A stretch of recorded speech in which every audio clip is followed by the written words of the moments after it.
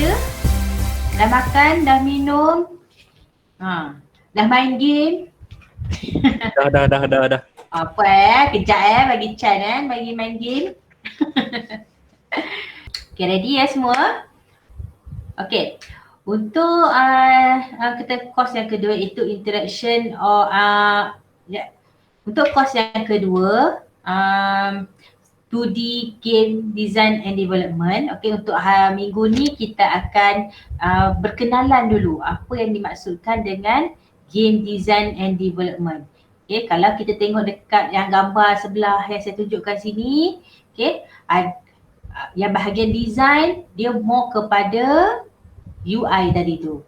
Kalau yang belah kanan development dia lebih kepada you apa? Bagus, faham dah tu. Okay. So hari ni kita akan tahu define the concept of game, apa itu game. Okay, understand the game design and development and understand the game designer and game developer role. Okay. Okay, yang saya rasa semua dah belajar ataupun pernah belajar tentang what is game ni dalam subjek game principle. Okay, siapa yang ajar game principle? Puan Haslina.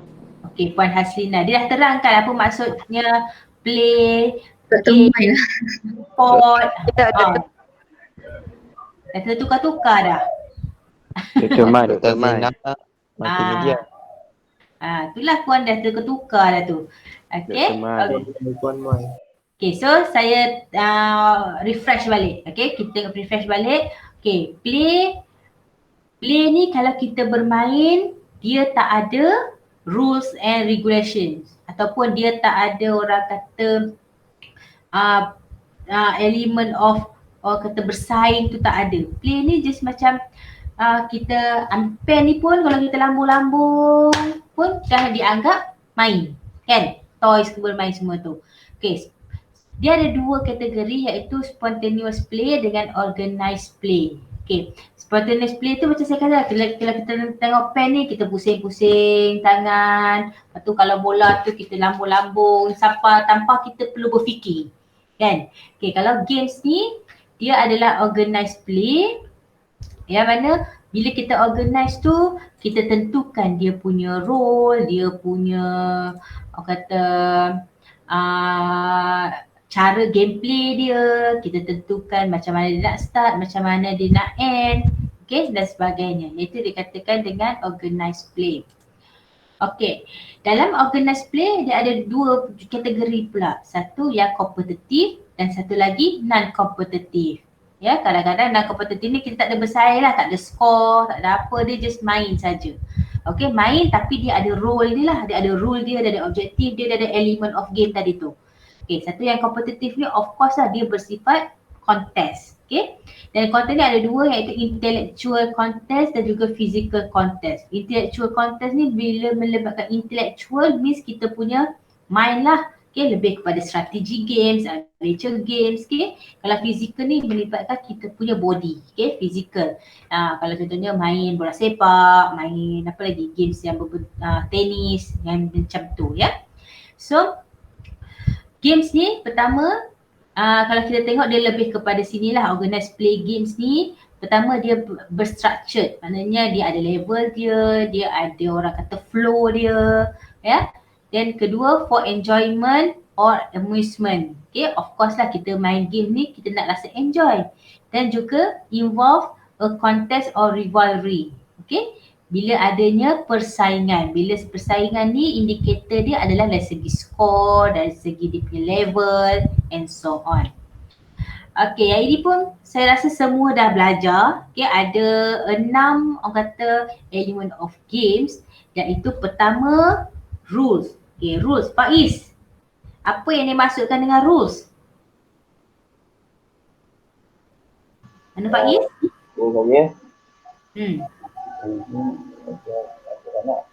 Tak dengar Faiz.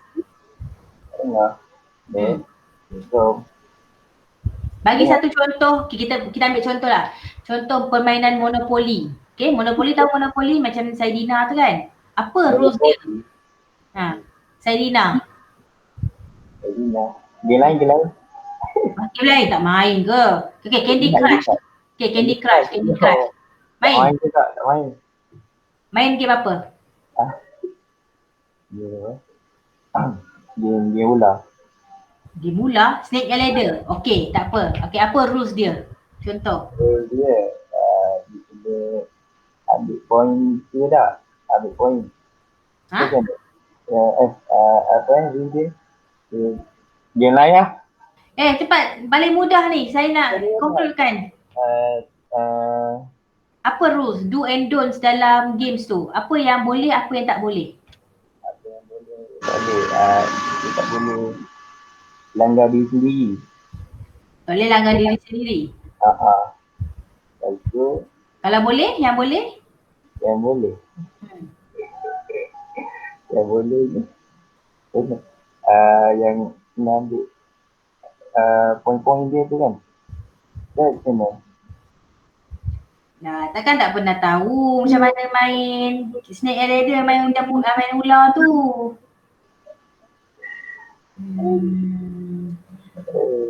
Tak ingat lah. Bantu Mak Sarah. Apa rules untuk kalau contoh game apa tu, ular tu, ular dengan tangga tu? Apa? Rules. Rule. Apa dia punya rule? Apa dia punya peraturan dia? Kali satu contoh.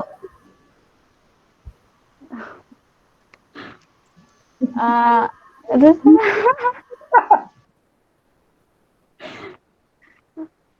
Dia kena bola tangga.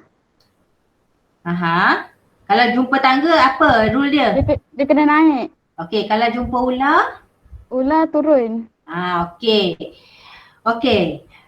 Faiz. Tadi Faiz Adli. Dari segi challenge dia apa challenge? Cabaran game tadi tu. Challenge dia dia kena mengatasi ular-ular tersebut.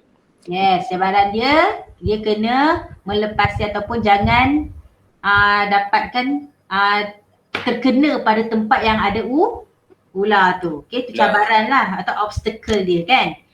Okey, Imama. Goal dia apa Imama? Ada tak? Goal dia untuk jadi pemain yang sampai dulu dekat petak 100. Okay, good. Okay, maksudnya itu adalah goal game permainan tu. So, good. Bagus Imama. Okay, Sheng. Ada naratif tak dalam game ular ni? Naratif.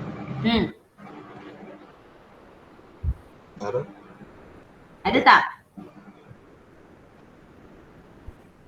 Naratif yang masuk narrator ke? Ya. Dia ada storyline tak game ular ni? Tak ada. Naratif ni dia tak semestinya ada dalam satu games tu. Naratif ni kalau game yang berbentuk macam adventure ke, yang maknanya ada storyline macam Final Fantasy, macam apa lagi, yang ada assassin ke kan, yang ada cerita itu, iaitu ada naratif. Yang mana naratif ni tujuan dia untuk drive kita punya goal tu yang kita belajar dalam interaction design tadi. Maknanya dengan adanya cerita tu dia dapat membantu kita mencapai objektif permainan tu tadi. Tapi dalam permainan Snake and Ladder ni dia tak ada naratif lah. Okay, dia lebih kepada objektif ataupun goal of the game tu tadi. Okay, bagus Cheng tadi. Lia, kalau feedback pula macam mana? Apa feedback?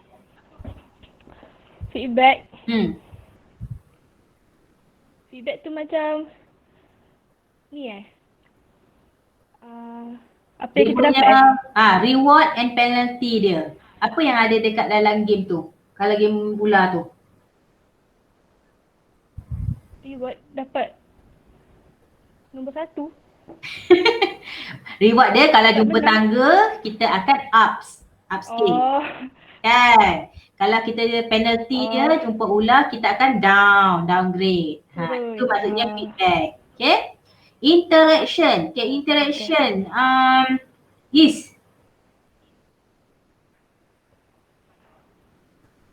Apa interaction yang kalau kita bermain game mula tadi tu? Interaction antara siapa? Antara apa dan juga antara siapa? Interaction antara ular tu dengan pemain ni. Okey, bukan ular, permainan game tu lah. Game tu dengan pemain. Okey, ya. tu satu. Selain tu, dengan siapa lagi interaction? Player dengan player. Oh, that's good. Bagus. Okay, so kat sini kita faham lah interaction tu dia melibatkan antara entiti human dan juga games tu tadi dan juga antara kawan-kawan dia. Okay, so benda ni kalau korang nak design game kena tahulah. Sedangkan permainan yang paling simple tu kalau tak boleh define apa dia punya rule, challenge and goals tu, so kena study balik. Nanti saya report dekat Dr. Maizatul ni, tak faham lagi ni. Good, siapa yang tadi tu yang interaction dengan goal tadi, Imamah dengan Is. Oh, Is. Okay, good. Maknanya excellent lah tu. Yang lain macam blur-blur lagi kan. Okay, Cheng pun bagus tadi. Okay, dia faham narrative tu bahagian mana. Okay, so kita dah tahu element of games. So sekarang ni kita tengok pula game genre. Game genre ni dia ada beberapa genre lah. Dan setiap genre tu dia ada ciri-ciri dia yang tertentu. Okay, kita tengok satu-satu. Pertama, action adventure games. Okay, macam Zelda. Okay, macam tu Rider tu. Apa tu? Apa ke nama? Siapa yang perempuan ni saya lupa lah. Tomb Raider ke? Okay. So selalunya action adventure games ni dia hybrid antara game action dan juga game adventure. Okay. Antara ciri-ciri dia faster pace dan adventure game, tentu collecting item for inventory, dia ada NPC dan juga control combat adventure and shooter style. Okay, kalau MMORPG ni apa dia nama dia? Siapa tahu? Siapa boleh bagi tahu siapa itu MMORPG? Multiplayer online role playing game. Okay, siapa tu? Siapa yang bersuara? Faiz. Oh, Faiz. Okay. Ya ke tu? Faiz saya ya. Kalau saya bagi markah lebih kat Faiz jangan menangis. Okay. Okay, kalau yang jenis multiplayer RPG ni, okay, dia boleh dimainkan oleh beribu-ribu orang dalam waktu yang sama. Okay, real time. Game environment is constantly active, high speed internet, of course lah. Kalau main game ini perlukan internet yang stable. Okay, paid account. Okay, for purchase available. Okay, shooter games ni biasalah game yang kena tembak-tembak lah. Dia punya objective to shoot, kill targets or enemies. Okay, kalau adventure games, okay, dia part of the action adventure lah. Dia lebih kepada plot dan juga character story. Dan dalam games ni dia lebih mementingkan narrative ya. Dan dia punya orang kata gameplay dia ataupun dia punya objektif lebih kepada solving, okay, puzzle solving. Dan dia juga kalau kita tengok dia kurang dia lebih kepada 3D ya. Selain daripada 2D dia lebih kepada 3D. Okay, selalunya game 2D ni dia banyak melibatkan platformers game. Contohnya macam Mario, Super Sonic yang mana kita akan main atas jubin. Minggu lepas siapa yang kata ada mosaic lah, jubin lah kan, tak faham apa itu tile kan. Maksudnya dia ada lantai dia tu. Okay. So kat sini dia punya gameplay banyak kepada jumping, okay, dan juga collect item dan juga macam avoid the obstacle, collecting points and upgrade and so on. Okay. Simulation games more kepada simulasi lah, maknanya dia lebih kepada serious game. Kau dah belajar ke subjek serious game? Belum kan? Serious game ni saya rasa Semla Santikot. Dia lebih kepada training, okay, dan juga lebih serius lah, nama pun serius kan simulation ni. Macam mana contohnya game untuk macam mana kita nak belajar bawa kapal terbang, macam mana kita nak buat pembedahan and so on. Dan dia lebih kepada real life experience ya. Okay, dance, rhyme, rhythm games. Okay, kalau kita main Xbox ada Just for Dance lah, yang ada yang pet yang menari-nari lah. Okay, itu dance or rhymes games. Okay, puzzle games contohnya macam Candy Crush, maknanya kita perlu solve and survive the puzzle. Lepas tu dia selalunya melibatkan time, melibatkan orang kata kita punya pemikiran how macam mana kita nak strategizekan supaya puzzle tu solve and so on. Okay, sport games ni adalah integration daripada physical games kepada bentuk digital. Dia replicate lah main bola, okay, macam PES tu dan semua ni dan sebagainya. Fighter games yang ada lawan-lawan, okay. Complex character movement and control, can feature violence. Kat sini dia agak macam kurang sebabkan fighter games ni lah yang menyebabkan games dipandang orang kata negatif sebab dia ada violence, dia ada macam satu benda yang negatif lah, bawa banyak benda yang negatif berbanding yang positif. Okay, real time strategy games, yang ini yang macam korang main PUBG lah, okay, Dota lah, maknanya real time strategy, maknanya dia main tu kena berfikir time tu, okay, dia juga boleh melibatkan AI yang high end punya AI and so on. Survival horror games, ni macam game-game yang lebih berbentuk dark lah kan, macam hantu apa semua tu. Okay, dan dia punya environment pun doom je, taklah terang. Okay, dan dia lebih kepada survival. Okay, survival means macam mana kita nak menyelamatkan diri kita. Okay, kalau dalam game tu kita nak menyelamatkan diri kita lah. Okay, first person shooter ke FPS, dia inilah macam Counter Strike, okay, behind the eyes of the view of the character. Games tu kita akan nampak pistol je dan kita control the pistol tu. Okay, role playing game, RPG, okay, player play with customized avatar, maknanya kita boleh customize kita punya avatar kita, meeting and conversing with NPC, okay, character involved as game progresses, okay, ni RPG. Okay, yang terakhir turn-based strategy games. Okay, yang ini contohnya macam game SimCity ke, okay, player takes turn to make a move. Okay, maknanya dekat sini dia ada AI juga, lepas tu logical, strategy and tactical gameplay. Okay, sebab tu namanya turn-based strategy games. Okay, selain daripada yang saya sebut kat sini, ada tak genre-genre lain yang saya tak sebut? Ada tak? Okay, ada yang saya tertinggal ke?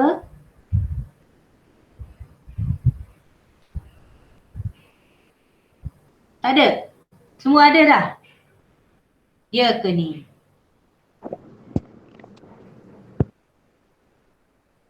Suara lah sikit. Semua dah ada dah? Semua ada. Okay, Iza. Kalau educational games tu kategori apa?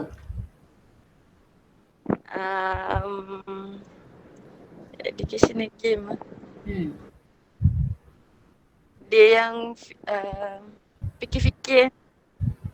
Fikir-fikir, strategi game pun fikir-fikir. Apa lagi? Puzzle game pun fikir-fikir. Okay, apa yang dimaksudkan dengan educational games? Knowledge. Saya kata. Entahlah. Macam mana? Siapa boleh bantu? Iza? Kita punya knowledge kot. Okay, selalunya educational games ni games yang membentuk pendidikan. Okay, contohnya kalau kita nak belajar game, kalau cikgu ataupun guru tu nak ajar tentang subjek sains, dia nak memperkenalkan apa itu photosynthesis, dia akan buat games yang berbentuk macam mana akhirnya pelajar tu faham apa yang dimaksudkan dengan photosynthesis tu. Okay, so games yang berbentuk education lah, ya. Dan nanti kan kau dah belajar kan dengan Puan Haslina educational games. Tak ingat lagi. Banyak hilang ingatan ni semua ni. Balik PKP ni. Okay, so tentukanlah game genre yang macam mana kalau kita nak bina tu dan juga dia punya ciri-ciri tu kena betul. Jangan kita kata, oh saya nak buat RPG lah tapi ada bentuk tile, ada bentuk macam Mario tu. So tak sesuai. Itu lebih sesuai kepada bentuk. Kalau yang bentuk Mario Supersonic tu game dia adalah genre apa? Platformer. Okay, good. Platformer. Okay. Alright. So kita pergi satu persatu iaitu game design dan juga game development. Okay, game design is the art of applying design and aesthetic. Maknanya dia lebih kepada bentuk yang cantik ni. Okay. Dan tujuan dia of course lah game tu untuk entertainment, untuk education, okay, exercise or experimental purposes. Dan juga benda-benda yang dalam kita letak dalam estetik ni dia merupakan elemen yang mana digunakan for interaction. Okay, yang pentingnya games tu mesti ada interaction. Okay, selalunya dalam bidang akademik, okay, game design is part of game studies. Kenapa kita kata game studies? Sebab sebelum kita nak design satu game, kita kena study dulu, kita kena buat research. Kalau untuk kanak-kanak, apa ciri-ciri kanak-kanak? Apa kanak-kanak suka? Warna apa yang kanak-kanak suka? Dari segi dia punya gameplay, dia boleh capai tak tahap yang perlukan gameplay yang kompleks ataupun dia hanya tap ataupun dia hanya perlu scroll. Okay? Dan juga game teori dia. Teori-teori apa yang sesuai untuk games tu supaya kita boleh menghasilkan satu games yang sesuai untuk kita punya target user. Itu yang penting, ya. Dan game development pula dia adalah satu proses dalam game making. Dia adalah proses yang panjang lah. Kalau tadi design dia more kepada design of the aesthetic sahaja. Kalau game development ni dia daripada game design hinggalah kepada implementation, ya. Game development is the best art of creating game, describe the design, development and release of the game. Okay, dia ada konsep idea generation, lepas tu design, build, test and release. Okay, then kalau kita tengok dekat sini, game development ni dia ada 3 orang kata cluster lah. Okay, pertama game art. Okay, kalau korang ada rezeki sambung study ke mungkin dekat degree di UPSI ataupun dekat bidang-bidang dekat universiti lain, korang semua akan dibahagikan kepada mungkin 3 kategori ini. Siapa yang mahir ataupun suka berminat dalam bidang art, dia akan jadi game artist. Okay, kalau sesiapa yang lebih kepada teknikal, suka programming, suka buat dia punya algoritma apa semua tu, dia lebih kepada game design. Okay, kalau sesiapa yang suka kepada teknologi, dari segi AI dia, networking ataupun game engines, pergi kepada game teknologi. Okay, so kat sini kita nampak game art dia lebih pada design atau sketch of 2D sprite, 3D model, animation, concept and so on. Then last kali dia akan jadi konsep artis, 2D game artis, 3D game artis ataupun level artis. Semua artis lah. Dia suka game art ni dia lah golongan artis-artis. Okay, game design, dia akan design gameplay dia, level, story dan juga story scripting. Dia akan tengok dia punya flow chart ataupun flow game mechanics dia. Okay, antara potential dia punya work nanti akan jadi game designer, level designer, story scripter ataupun game tester. Bila sebut game tester ni, ada tak dalam kalangan korang yang pernah dapat paid untuk jadi game tester? Ada tak? Tak ada? Tak pernah? Faris ke tak pernah ke, Iskandar ke yang kuat main game ni? Game apa tester? Tok. Saya. Siapa tu? Tu Imamah. Saya. Kerja orang Muntun. Oh, Imamah memang pernah jadi game tester. Game apa test hari tu? Saya jadi game tester bawa syarikat Muntun untuk jadi game tester casual game. Oh, game casual. So dekat situ apa yang task yang diorang bagi dekat Imamah? Diorang suruh buat apa? Akan try main game tu untuk beberapa hari dan kena jawab soalan tu. Jawab soalan yang diorang bagi. Yang company tu overseas ke Malaysian? Overseas, tapi ada dekat Malaysia juga. Okay, macam mana Imamah boleh join jadi game tester tu? Diorang recruit siapa-siapa yang nak, diorang ambil. Wow, dapat berapa payment? 100. Okey lah kan, siapa nak bagi 100, main game pun orang kata boleh bagi dapat duit 100. So that's good lah, nanti boleh ajak kawan-kawan juga untuk test je, bukannya kena buat game pun kena test je kan. Okay, bagus Mama. Okay, dan seterusnya game teknologi, dia more kepada kita tengok dari segi AI dia. AI means artificial intelligence, means kat dalam games tu mestilah smart. Okay, dia bukanlah game yang biasa-biasa lah, dia lebih kepada yang berbentuk auto generate, okay, atau apa tu, autonomous apa tu, macam semuanya di generate oleh AI lah tools dia dari segi fizik, networking dan juga game engines. Okay, dan dia lebih, bidang kerjaya dia lebih kepada programmer lah, dia main makanan dia hanyalah syntax dan juga perkataan apa tu orang kata program punya language lah Okay, macam mana dari segi proses game design and development ni? Okay, dia ada beginning and ends, dia ada pre-production, production dan last kali ni post-production. Okay, dekat pre-production kita akan generate concept and design and prototyping. And then pada peringkat production adalah implementation dan juga testing. Dan last kali bila semuanya dah complete, dia akan finalize and publish it. Okay. Ini kita akan belajar satu persatu untuk sepanjang semester ni lah daripada pre-production, production and post-production. Okay, saya akan tunjuk satu video yang mana korang semua dah install Unity kan? Okay, so dah try godek-godek ke? Tengok tutorial je. Tengok tutorial, okay baguslah tu, at least adalah juga effort tu kan. Okay, so petang ni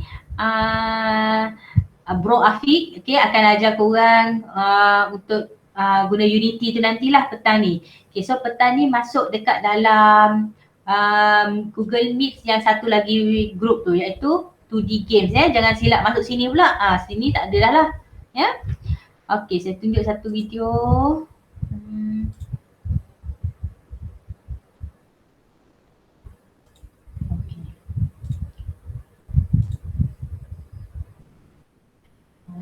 Bukan. Okay.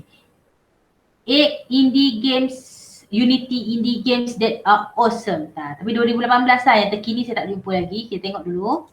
Antara game yang korang boleh bina menggunakan Unity Sekejap, sebelum tu saya tengok semua orang nampak tak YouTube, saya punya YouTube screen? Nampak. Okay. Nampak. Siapa yang bising sangat tu, boleh dengar ke saya cakap? Azhar. Oh, I see. Nampak. Okay. Dengar suara? Dah tak dengar. Tak dengar. Video games Bodoh. Donga. to continue with the series and focus on different engines. Okay dah. Today, we'll be looking at one of the most used game engines in the world, Unity. Unity is one of the best engines in our opinion because of its versatility. Want to make a 2D game? Check. 3D? Check. Android, iOS, PC, Linux, Mac, PS4, Xbox One, Nintendo Switch? Checks all around. And we've only named a few. Unity has been used to make big games like Hearthstone, Super Bomberman R, and Pokemon Go, so it might seem like a tool designed for large corporate developers at first glance. If you start going through the list of games made with Unity though, you'll see a lot of hits coming from solo developers and small teams. In today's video, we'll be showcasing some of these great games made by independent teams, and we'll also talk about the developers creating them. These games are a testament to what small teams can pull off with Unity, and we find their stories just so inspiring. We are Ask Game Dev, aka Chance the Random Number Generator, aka AG10S Max, aka the Hall & Oates of Instant Floats, and these are 8 hit indie games made using Unity. Welcome back. If you're new to Ask Game Dev, we make videos to help you learn about the games industry so that you can elevate your games and inspire others. If you're on a game dev journey, consider subscribing. We'd love to help you along the way. 1. Hollow Knight by Team Cherry. Hollow Knight is a hand-drawn, atmospheric Metroidvania game that takes place in an insect kingdom. Playing the game, the first thing you'll notice is the amazing character design. The game is filled with wonderfully imaginative characters that breathe life into its world. Aside from being a first-class platforming experience, the artwork in the game is extraordinarily beautiful. Any frame from the game would look great as art on a wall. Hollow Knight was created by a team of 3 people that initially formed around a game jam. With the concept of Hollow Knight in hand, they launched a Kickstarter in November 2014, raised 57,138 Australian dollars, and the rest is history. Hollow Knight is available on PC, Mac, Linux, PS4, Xbox One, and Nintendo Switch. Steam Spy estimates that the game has 1,040,000 owners on Steam alone. 2. Snipperclips by SFB Games. Snipperclips is a game where you and a friend snip each other's characters into different shapes in order to solve puzzles. It was a launch title for Nintendo Switch, and with its simple controls and pick-up-and-play game design, it was the perfect example of showing how much fun you could have with a friend using the Switch hardware and local co-op. The original concept of the game was designed by 2 brothers, Adam and Tom Vine, in just 8 hours during a one-day game jam. Once they discovered what they had made had real potential, they decided to start pitching it to publishers. The game's aesthetic was a perfect fit for Nintendo, and soon enough they signed a deal with a big N. Snipperclips is a Nintendo Switch exclusive and did extremely well on the eShop. In the month after it launched, Nintendo reported that Snipperclips had over 350,000 digital downloads. 3. Alto's Adventure by Snowman. Alto's Adventure is a 2D, endless snowboarding game available on iOS and Android. Now, there are a lot of side-scrolling endless runners on mobile, but none are as beautiful to look at and as elegantly designed and polished as Alto's Adventure. It's a game that's an inspiring example of what you can achieve when you take a common concept and massively elevate the visuals. The game was made by a team of 3. The founders of Snowman, an indie studio, and an artist-developer, Harry Nesbitt.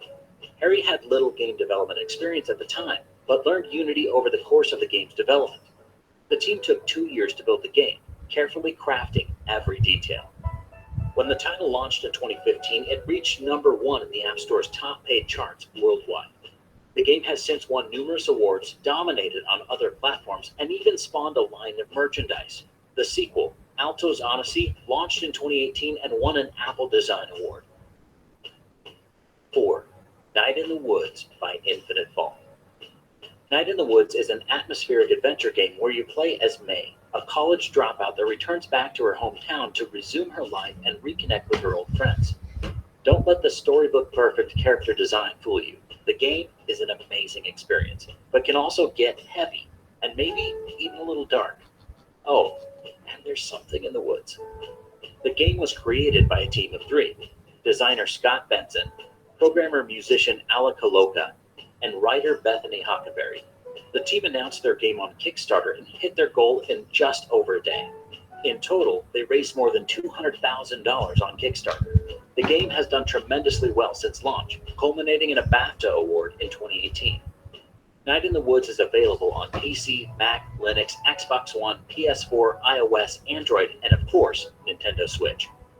Steam Spy estimates that as of today, the title has 175,000 owners on Steam. 5. Overcooked by Ghost Town Games. Overcooked is a co-op, local multiplayer game where you and your friends run a kitchen. You work together cooking food, keeping the kitchen clean, and fulfilling orders in kitchens that get increasingly crazier and crazier, ranging from kitchens built across 2 food trucks rolling down the highway to kitchens in space. Overcooked is a unique game on this list because it manages to be the most fun, but also the most stressful at the same time. The game was developed by the duo of Ghost Town Games, that is Phil Duncan and Ollie Devine. The concept was partly inspired by Phil Duncan's past experience working in a kitchen, where things like teamwork, shouting, working against the clock, and maintaining quality were all part of the day-to-day routine. And if you've played Overcooked, you know that all of this translated well into the game. The game is available on PC, PS4, Xbox One, and Nintendo Switch, and is a must-have if you're throwing a game night at home with some friends and family. Steam Spy estimates that the game has 665,000 owners as of today. The sequel, Overcooked 2, launched earlier this year and is just as much fun as the first. 6. Pony Island by Daniel Mullins Games. What can we say about the 2016 story of the year, Pony Island? Well, for one thing, it's not about ponies. In Pony Island, you are trapped inside a possessed arcade machine and must solve your way out. It's one of the most smart, suspenseful, and satisfying puzzle games that you can find on Steam.